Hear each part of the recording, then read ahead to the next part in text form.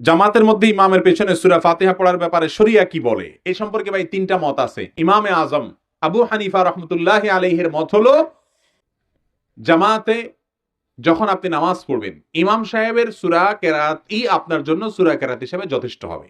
এটা হলো ইমাম আবু হানিফা রহমতুল্লাহি আলাইহির মত। অনেক ইমামদের মত, হানাফি মাযহাবেরও অনেক ইমামদের মত, অনেক আলেমদের মত হলো যে ইমাম যখন জোরে কেরাত পড়বেন মাগরিব এশা ফজর, তখন আপনি শুনবেন। যখন আস্তে কেরাত পড়বেন, এশার শেষ 2 রাকাত, মাগরিবের শেষের রাকাত আর যোহর এবং আসর, এই রাকাতগুলোতে যেহেতু ইমাম সাহেব আস্তে পড়তেছে, আপনি শুনতেছেন না, অতএব আপনি এই সময় পড়বেন। এটা কয়টা মত হলো? 2টা মত।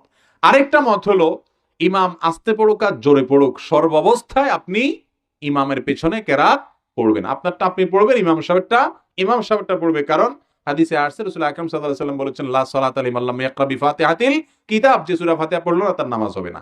তাহলে মত কয়টা হলো? 3টা। এই 3টা মতের একটা মত কোন ইমাম নিজের মন থেকে দেন নাই, কোরআন হাদিস অ্যানালাইসিস করে দিয়েছেন। কথা কি বুঝাইতে পারছি? ইমামগণ, ইমাম আবু হানিফা, ইমাম শাফি, ইমাম মালিক, ইমাম আহমদ ইবনে হাম্বল রাহিমাহুল্লাহ সহ আরো যত ইমামরা আছেন, ইমাম বুখারী, ইমাম মুসলিম, ইমাম ইবনে তাইমিয়া, যতজন আছেন ছিলেন, কোন ইসলামের ইতিহাসের বড় বড় ইমামগণ তারা কেউ নিজের নফসের পূজা করে মাসআলা দেন নাই। তারা কোরআন হাদিস থেকে বুঝে, নিজের যেটা বুঝে আসছে সেটাকে মাসআলা দিয়েছেন। ঠিক না বেঠিক? অতএব তাদের কোন মতকে উড়াই দিয়া সেটা নিয়ে তাচ্ছিল্য করা, উপহাস করা আমাদের জন্য জায়েজ নাই। হ্যাঁ, আপনার কাছে এই 3 মতের ভিতরে কোন মত যদি আপনি দলিলের ধার বিবেচনা করার ক্ষমতা রাখেন, আপনার কাছে বেশি শক্তিশালী মনে হচ্ছে, সেটার উপর আপনি আমল করেন, কিন্তু ঝগড়া করতে পারবেন না। এই যে আমি শুরুতে বললাম প্রশ্ন করবেন জানার জন্য, এই প্রশ্নটা কি জানার জন্য হইলো?